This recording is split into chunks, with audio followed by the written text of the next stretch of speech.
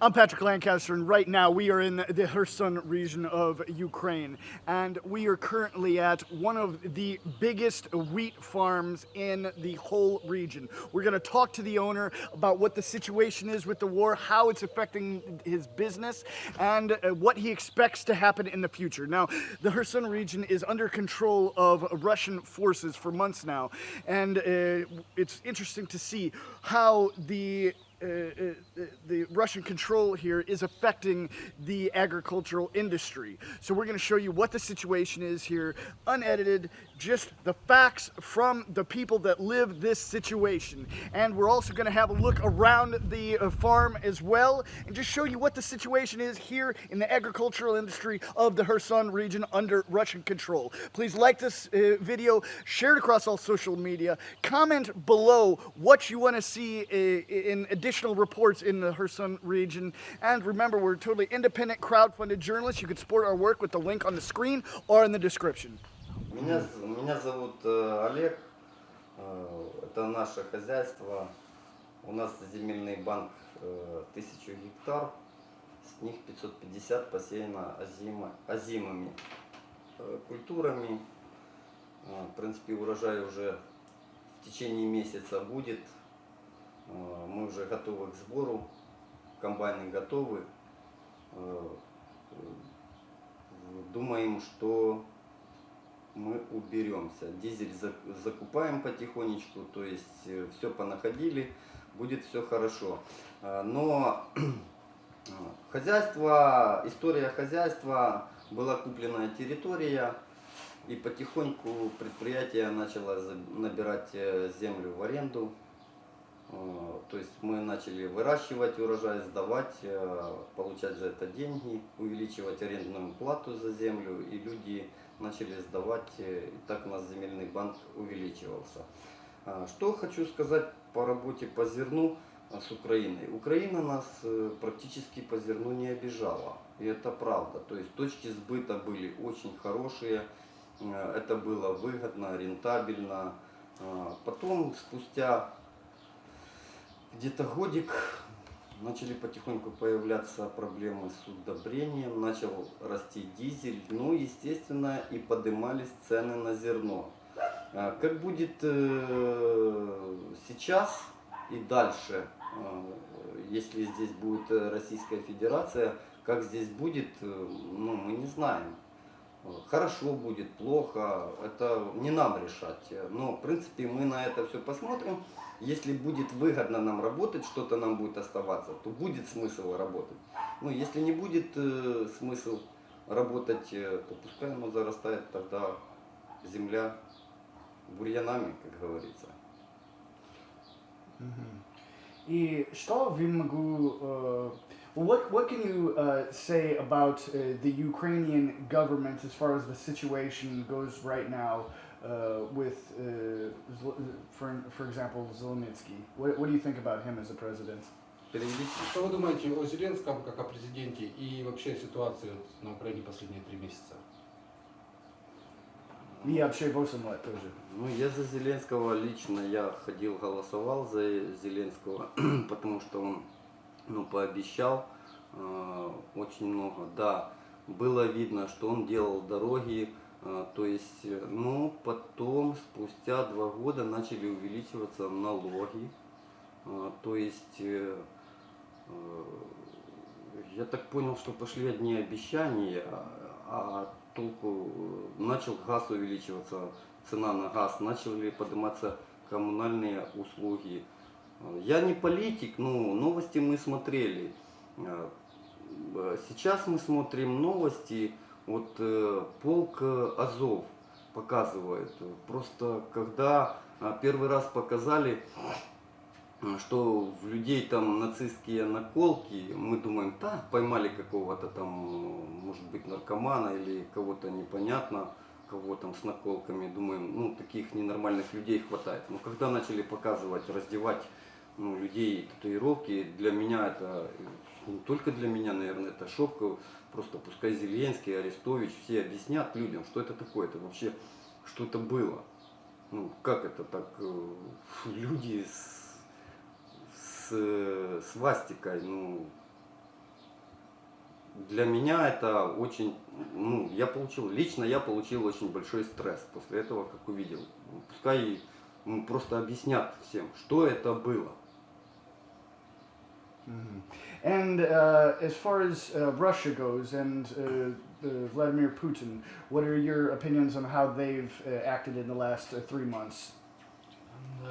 И как у вас отношение к российским властям, к Путину и по поводу последних 3 месяцев? Как вы можете прокомментировать их действия? Ну, какие у меня могут быть к Путину, с Путиным отношения или, к примеру, понимаю, мы сейчас 3 месяца живем в непонятке, мы не понимаем, что будет дальше. То есть, понимаете, то есть мы висим, то есть 3 месяца висим. Нету никаких ни движений, нету ни денежных движений, люди не получали там зарплату, но люди возвращаются, они готовы работать даже на карандаш с надеждой то, что когда-то оно все наладится и мы выплатим людям там зарплату. Люди работают, кто-то уехал, кто-то вернулся.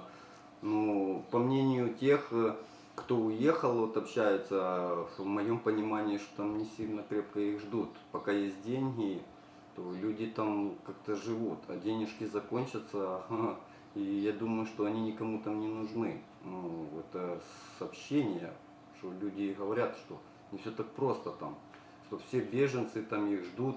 Ну да, месяц там, может быть, что-то и помогут, а дальше будь здоров, за свой счет живи. Да. И по поводу полей здесь, посевная прошла нормально. Как вы можете оценить работу вот сейчас в регионе?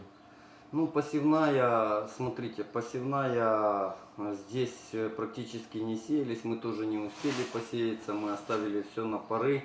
Пошла паника, что будет, что Россия будет забирать 70% урожая себе, как говорится, по беспределу, а оставлять фермеру 30%. Ну, я смотрю с таким отношением, в принципе, что никто ничего не будет забирать. Ну, как это приехать к человеку забрать? Это вообще уже беспредел.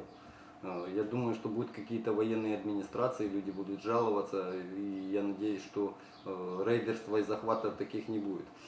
Очень много брошенных полей. Очень много стоит необработанной земли, она, естественно, зарастет, ее потом будет очень тяжело привести в порядок. Мы не знаем, вернутся люди там с хозяйств, не вернутся, что будет с этим урожаем. Ну, надо будет предпринимать какие-то меры, ну, жалко, оно же высыпется. И, может быть, пожгут, ну, всякое, ожидать можно всякое. Поймите, что сейчас такое время, как говорится, живем одним днем. Что будет завтра, там, проснулись и хорошо.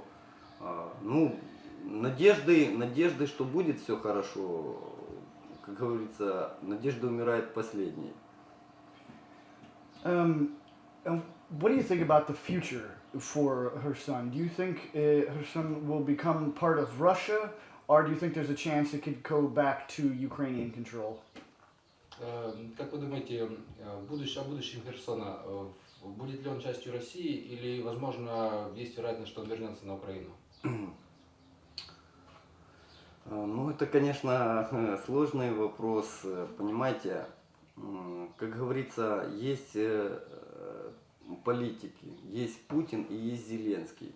То есть от нашего мнения ничего не поменяется. Как они решат, так и будет. Ну, что поменяется, там, если человек скажет, я хочу, чтобы он остался в Херсоне, ну, в Украине, второй скажет, я хочу, чтобы в Россию. Это не нам решать, это есть на это президенты, которые должны решать этот вопрос. Они должны договариваться, должны как-то закончить эту войну мирным путем. Вся война заканчивается договоренностями, вся. Только вот эту всю разруху отстраивать нам, понимаете? То есть вот эти все дороги, что поломанные техникой, вот эти все взрывы, это все придется работать нам, нашим детям. Это не за один год это отстроится, это очень серьезная ситуация.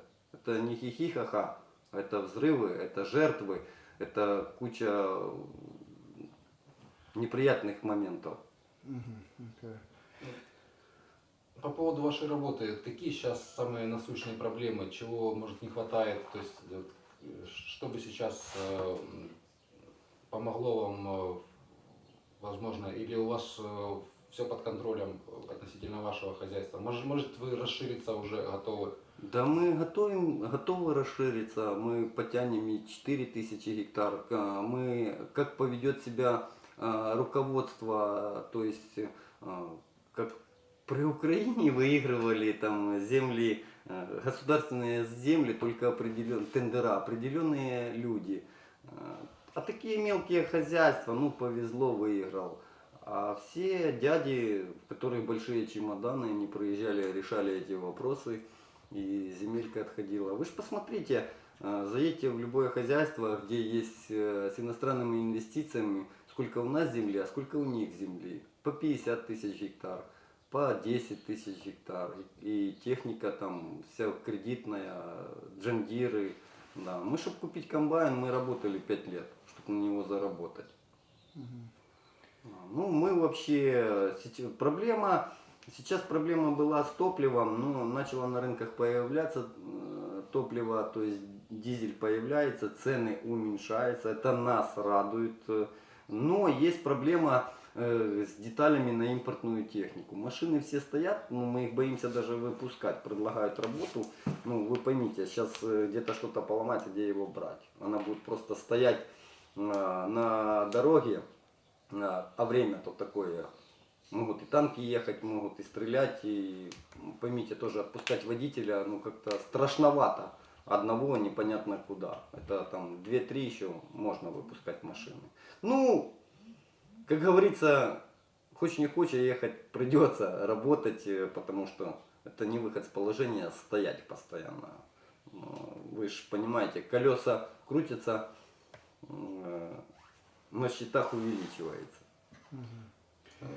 У вас достаточно большое хозяйство, сколько мы знаем. Могли бы вы нам показать, как это все на месте происходит?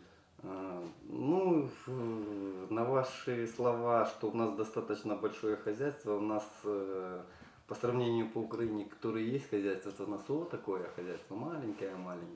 То есть у нас не агрохолдинг, а просто маленькое хозяйство. Да, конечно, сейчас пойдем посмотрим.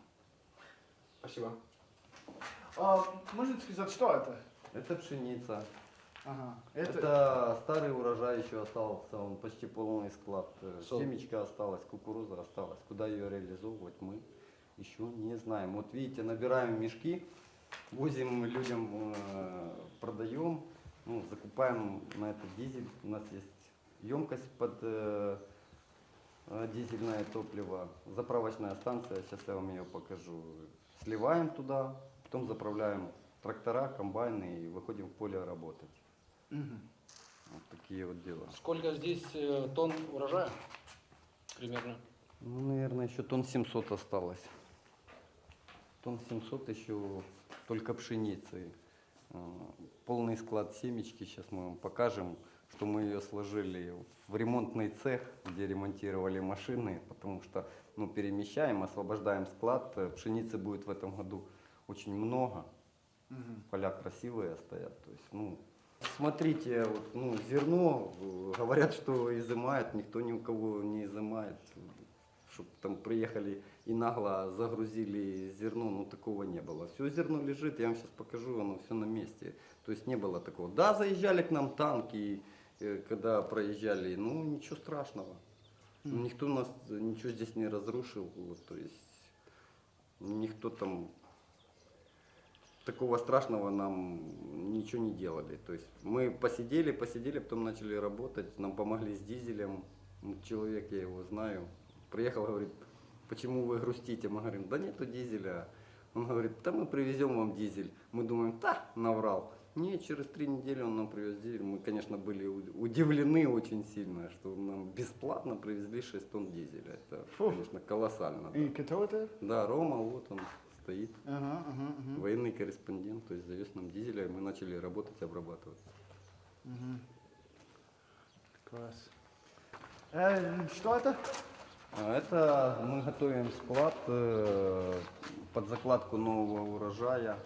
То есть сюда влезет порядка 2000 тонн зерна. Он так складывается домиком и лежит здесь, пока не найдется хороший покупатель. Ну, ждем цену. То есть, как обычно, когда раньше была уборочная, то есть начиналось зерно продавалось с поля по $100, а буквально через 3 месяца оно стоило $200, 250. То есть, ну, это хранилище положил и потом продаешь столько, сколько тебе нужно денег. Ну, понимаете, когда зерно лежит, это ты себя сохраняешь от инфляции. То есть, ну, можно выждать интересную цену и получить колоссальную прибыль. Понял.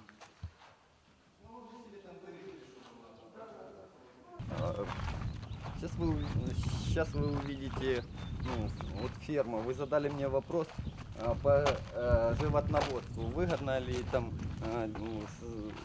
держать свиней, там, коров. Ну, сейчас посмотрите, что осталось с ферм. Вот, человек занимался здесь. Вот вы сейчас будете посмотреть, что это такое. Ну, это наша техника. Вот. Понял. Вот это вот все, что пооставалось с ферм. Смотрите, все разрушено, все брошено. Видите, никто ничего не занимается. Хотя, ну, держать животноводство, я думаю, это выгодно. Согласны вы со мной? Вот такие. Что, вот, при каких условиях вы бы начали заниматься животноводством? Ну, во-первых, животноводством надо заниматься, чтобы выращивать его. Это надо иметь серьезную точку сбыта. Понимаете, у нас как чуму ведут какую-то свиную, так еще что-то заставляли людей вырезать. То экспорт откроет, цена на зерно такое, что люди, наверное, считают, что невыгодно, ну, держать, ну, хозяйство, понимаете. То есть были такие моменты, что тонна зерна стоила сумасшедших денег, особенно когда не урожай. И дотаций, наверное, никаких не давали. Ну, то есть, понимаете, что животноводство, то есть животное, оно должно каждый день кушать. Ему не интересно, дорогое зерно, недорогое. То есть должно помогать государство. То есть фермер, который занимается там коровами, вы посмотрите, как в Европе. У них дотации, то есть люди получают дотации, а здесь что? Ну, представьте, каждый день рабочие, вот эти все транспортеры, она же свинья, она роет, она ломает, его надо каждый день латать, делать, ну, то есть человеку надо каждый день деньги. А потом сделают, что цена на мясо никакая, ну вот человек в убытках и бросают ферму, вы же видите, что творится. Помогаем с хлопцем.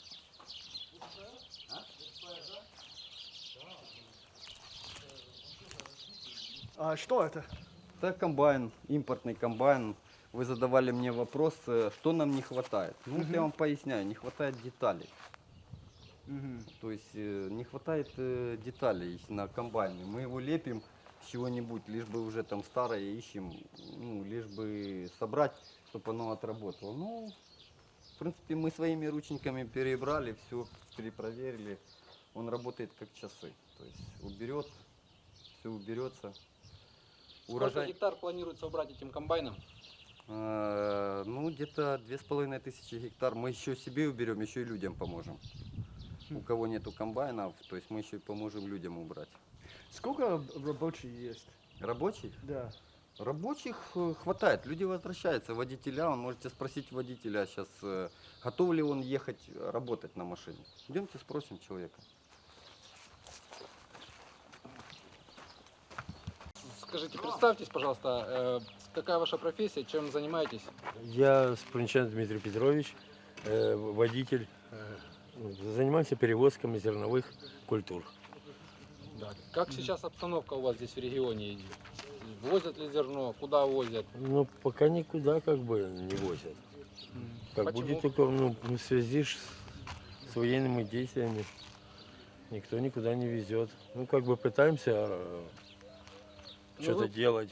Вы готовы сейчас начать работать, если будет понимание, то есть куда нужно везти зерно? Ну конечно, как только какая-то стабильность и поехали работать. How have the last 3 months been? Как прошли последние 3 месяца? Ну, в общем, там как бы у нас, как бы, я, слава богу, нормально. Да? Ну, я бы, ну, слава богу, живой. Не, I mean, как вы думал, с Россия, Украина, I mean, как твое мнение, как? По вашему мнению вообще, что сейчас происходит? К лучшему ли это? Как люди относятся? Чего боятся? Чего бы хотелось, чтобы быстрее произошло? Ну, люди хотят уже быстрее что-то зарабатывать. Вот сейчас дает возможность уже все как бы зарабатывать. Ну, как бы, ну, пусть бы уже, чтобы и зарабатывали, а не опять воевать, опять стрелять, что-то там, ну, ради чего-то отвоевывать. И ради чего, в принципе, особо, если разобраться. Да, там, ну, жили-то как бы не очень счастливо раньше, правильно? В Украине? Ну да, ну, как бы. Думал, будет лучше? Всяких ситуаций же тоже много было, в которых, ну, людям тяжело было жить, выживать. На данный момент произошла эта война. Она как бы, ну, люди стреляют, уже начинают привыкать, начинают возможность сейчас вот что-то работать, что-то зарабатывать. Дают возможность, вот русские, ну, пришли, дают возможность в поле выехать, там, посеять, там, ну, убирать, дай бог, вот, то, также ну, совместно со всеми силами-то уберем какой-то хлеб. А смысл вот это стрелять опять, ну, не вижу я ничего. Отвоевывать. Что отвоевывать? Да. Когда последний раз выходили на работу вы? Ну, 24 числа, когда началось это все. Понятно. Мы съехались, сбежались, и все до кучи. Они говорят, Все нормально, машины все на месте. Они говорят, может, Херсон будет Россия. Как вы думал за это? Будет частью России. Ну, Это хорошо или плохо? я не знаю, хорошо это или плохо. Будет так, ради бога. Значит, посмотрим. Будем жить, значит, при этой, извиняюсь, при этой ХНР там, или как оно будет. Людям уже как бы все равно там, ну, кто именно будет. Лишь бы взял и делал. Ну, а мы будем делать, работать, чтобы, ну, без этих стреляний, чтобы без войны. Мы думаем, должно быть все нормально. Дай бог. Хорошо, спасибо. Да, не за что. Ну, на ваш взгляд, какую проблему сейчас, самую актуальную сейчас стоит решить? Чем сейчас надо заняться? Какая проблема? Самая существует? актуальная проблема на данный момент, чтобы дать людям что-то есть и какое-то, ну, будущее, чтобы была работа и чтобы самое главное кушать. А то есть дайте нам спокойно пока работать, хотя бы на этих землях. Если вы уже как бы уехали, ну, не хотите здесь быть или так, ну, у каждого свое мнение, кто-то кто-то боится просто, то дайте нам просто спокойно здесь существовать, работать, развиваться. Ну, как бы так. И вот это самая главная проблема, чтобы это все не стало колом. Потому что это все станет, вы будете просто оттуда, ну, война это будет длиться, а людям не будет что кушать. И вот как есть, вот как бы давайте дальше, что посеяли, что досеяли, и уберем, и будем все. Вот самая главная проблема в том, чтобы дали нам работать на этих землях, которые как бы брошены. Уже как бы особо-то не гнал, никто палкой. Вот сами уехали, каждый по своей причине. Мы остались, мы так решили. Дайте нам возможность просто здесь работать. Все. Вот это мое личное мнение. Спасибо. Спасибо. Куда мы сейчас едем? Ну, сейчас мы посмотрите, ну, брошенные поля, чтобы вы видели своими глазами, что никто ничего не делает. Увидите наши обработанные поля, и увидите, ну, где люди побросали, что с ними происходит. Ну, чтобы люди видели, понимали, что потом с ним можно будет сделать. Ну и посмотрим, потом поедем на насосную. Вы задавали вопрос по поводу орошения. Я вам покажу просто, что осталось с насосной станции. По вашей оценке, сколько гектаров еще нужно обработать в этом году? Возможно ли это успеть? Конечно, возможно. Если будут подписывать договора аренд, то есть почему их не обрабатывать? Их можно просто с осени обработать и на следующий год весной посеять подсолнечником. Их просто нужно сделать пахоту, перевернуть почву, убить вот этот весь сорняк и все. И еще, если будут поставки химии, значит будет все хорошо. Не будет поставок химии, вы же понимаете, что сорняк убивается здесь раундапом. Есть такой препарат, который жжет весь бурьян. А сейчас, если растение, то есть оно выбросит семена, оно будет просто расти, провоцировать, и культура, которую нужно сеять, она просто ее будет уничтожать, забивать, ну понимаете, то есть будет зарастать сорняками. Сейчас вы увидите своими глазами, что происходит с полем, которое не обработано. Вы увидите обработанное поле и необработанное поле.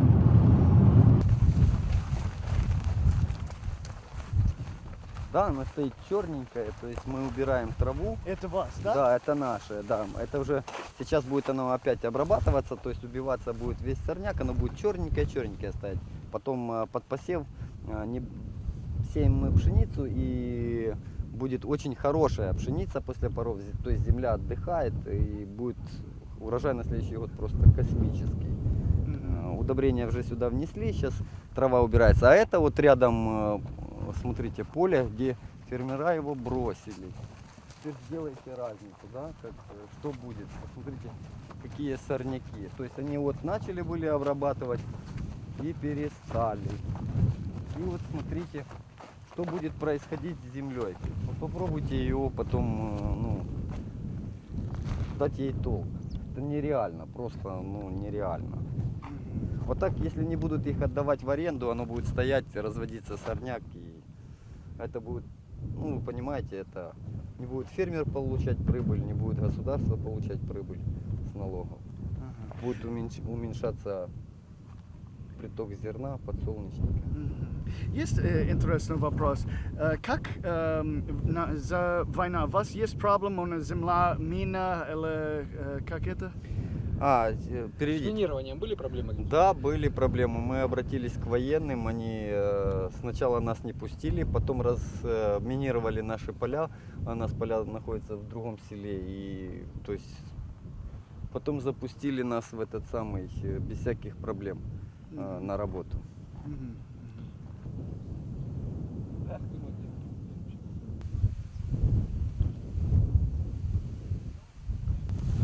Смотрите, уже пшеница вот выливает колосок, буквально месяц, уже даже вот есть маленькое зерно в нем, видите, вот оно уже, маленькое зерно начинает выливаться, оно выльется, и в принципе будем собирать его. Вот смотрите, видите, уже зерно, вот это уже пшеничка маленькая, то есть буквально через месяц она будет расти, наливаться, и будет собран урожай.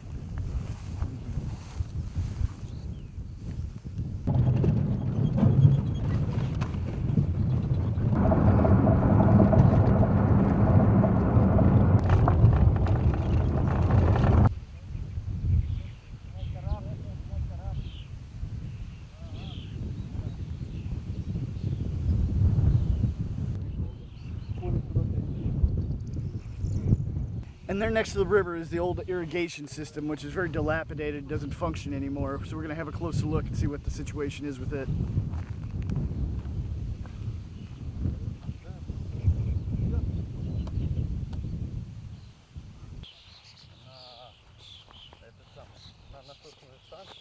Накачивала воду и поливались поля. And here's the old pump station for the irrigation system. He's going to tell us a little bit about it. Вот это вот насосная станция, вот это все, что от нее осталось. Снимите туда внутрь, встаньте сюда, посмотрите, что там осталось от нее. Там выше залезьте. Все разрушено, все разломано. Это она поливала у нас.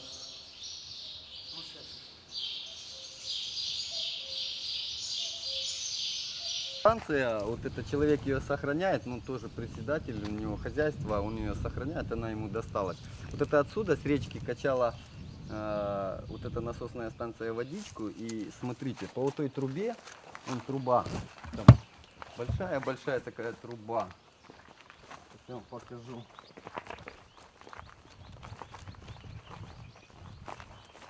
Труба, видите? Подымалась и подавалась на поля. То есть, Is и, that irrigation? да, и поливались все поля. Тогда можно выращивать было и овоща, и кукурузу. И когда последний раз это работа? Ой, это уже давно, его все повырезали на металл, поздавали на металлолом, короче, уничтожили орошение. Жалко, конечно. Думал... А теперь, чтобы его восстановить, здесь такие надо сумасшедшие инвестиции, просто, ну, это в голове не укладывается, сколько надо денег. Думал, Россия будет сделать это? Поживем, посмотрим.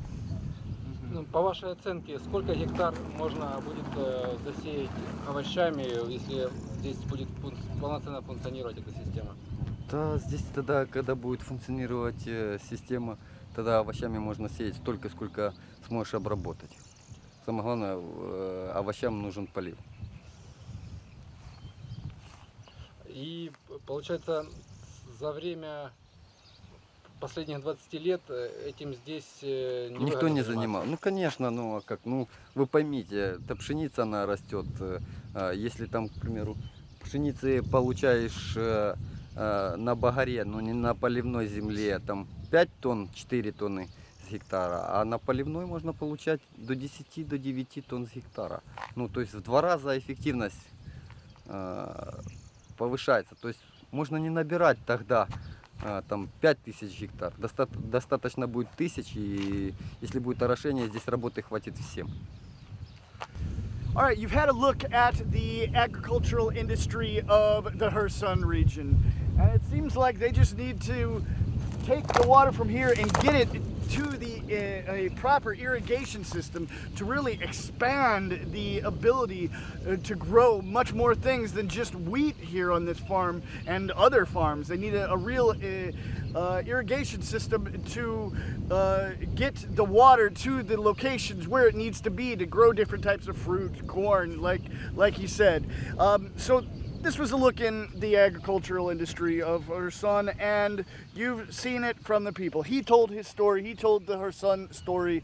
I'm just here as the middleman to bring this to you. And we're glad you're here to watch these reports from Kherson, because you're not getting these anywhere else, and especially in English.